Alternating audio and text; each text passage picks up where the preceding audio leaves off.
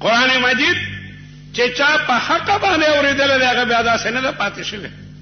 حضرت عمر رضی الله تعالی عنہ دا جبار فی الجاهلیه لوی پهلوان دی.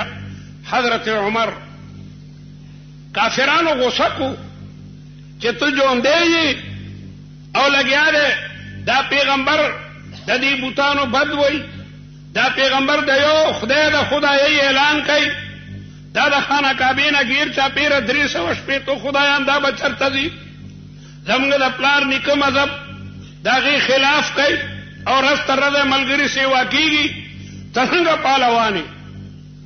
حضرت عمر غصه کو آلاړو او کور نه د تیکي نه توره راوویسته او د کور نه چې راوتو کتاب لیکي چې شاهرم بالسیف، د غصې نه توره داسې نیولې وه.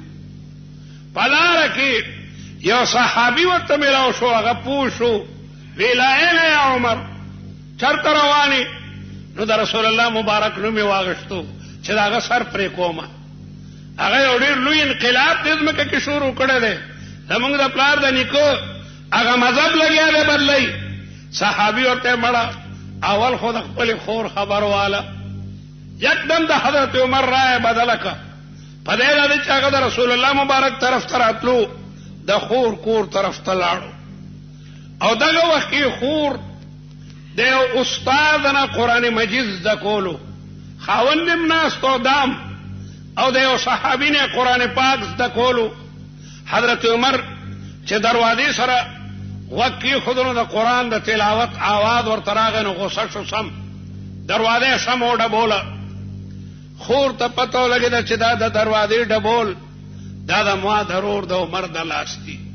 نو یکدم یې استاد ته وویل چې د دننه پټ شه، دا د ما رور راغلی دی به خیر نه کوي. او د قرآن مجید هغه مبارکې پاڼې بره کېښودې، دروازې لرې که دروازې لرې کولو سره حضرت عمر د خور د دې مخ نه داسې څپېړه وویسته چې قریبه وه سترګه یې وتې وه دغسې دا مخ یې ورته تک سور کړو. هغه هم د حضرت عمر رضی الله تعالی عنه خور وایي عمره که ما نه سرمن وباسې سرمن او زما دا غوښه او هډوکې چوره چوره کړي زه به د لا اله الا الله محمد رسول الله کلمه ویم. حضرت عمر باندې دې اثر وکړو چې یوه ښځه دا دومره جذبې نه دا خبره کوي او بیا لاړه وی دا څه مو وي؟ وی نه دې ته ته لاس لګولی نه شي، دې ته ته لاس نه شي لګولی، دا مقدس کتاب دی لا یمسه الا المطهرون، دې ته به پاکیده خلک لاس لګوي. څوک وی ورشه اول ولامبه. حضرت عمر ولمبل، بیا راځي او خور ورته هغه مبارکې پاڼې ورکوي، په هغې کې کوم آیاتونه وو؟ د علماو پکې بلا اقوال دي، لیکن راجح قول دا دی چې سوره طه و پکې طه ما انزلنا عليك القرآن لتشقى یو آیت وای او د حضرت عمر پړ باندې اثر کوي، تر دې چې جاری خور ته وای ماشاءالله رسول الله مبارک ته رسوا. او دا د رسول الله معجزه وه. د دین یو ورځ مخکې رسول الله دعا کړې وه چې اللهم اید الاسلام باحد العمرین، خدای دا دین مضبوط کی چې یا عمر اسلام راړي یا ابو جهل راړي. د عمر بارک الله تعالی دا دعا قبول کړه. حضرت عمر دی او د رسول الله مبارک په قدمونو کې کینی. دا سو دا د قرآن مجید هغه مقناطیسي اثر چان چې قرآن مجید په حق اورېدلی دی هغه بیا په زړه عقیده نه ده پاتې شوې.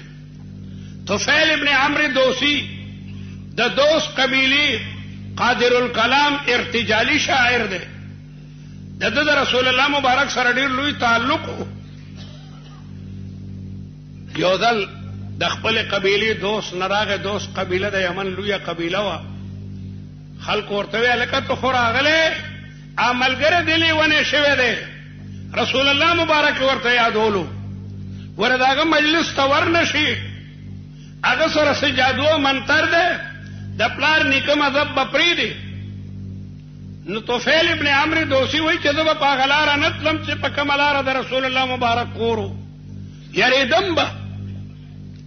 یو ځل مېړه کې راله چې هلکه لوی شاعري راشه مشاعره ور سره کوم.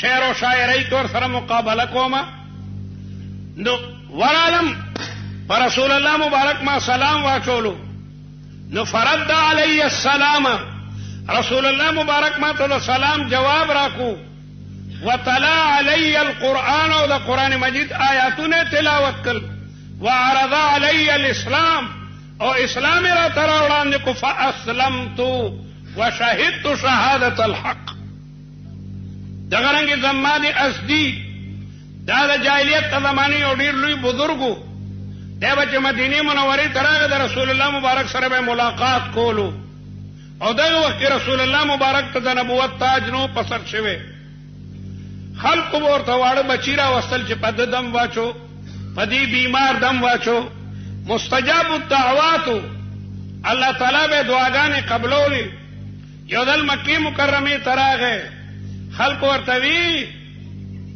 چې ملګری باندې دم واچو ستا ملګری محمد صلی الله علیه وسلم اخو لګیاله پوته پوته وای د پلار نیکه مذهبي پریخه ده ورشه پاغه دم واچو زما دې ډیر خپشو چې هو دا خډیر لوی شخصیت هو دا خبره خډیر خولي خبره وی راغه او رسول الله مبارک په خدمت کې حاضر شو ډیر در باندې خپشو ملګرو راته وی چې جی تاسو ته د دماغ څخه تکلیف رسیدلې ده چې دم در باندې واچو رسول الله مبارک ورته وی چې ډیر شکریا ولک ما سره کینا ته دا ما یو څو خبره واوره کدا دلی ونوی خرابانه دم واچو او کنه د روغ خلق خبرې نه ما ملګری شه ای وایا پیغمبر سلام ورته خطبه شروع کا دا خطیبان دا خطبه همیشه وی نحمده ونستعينه ونستغفره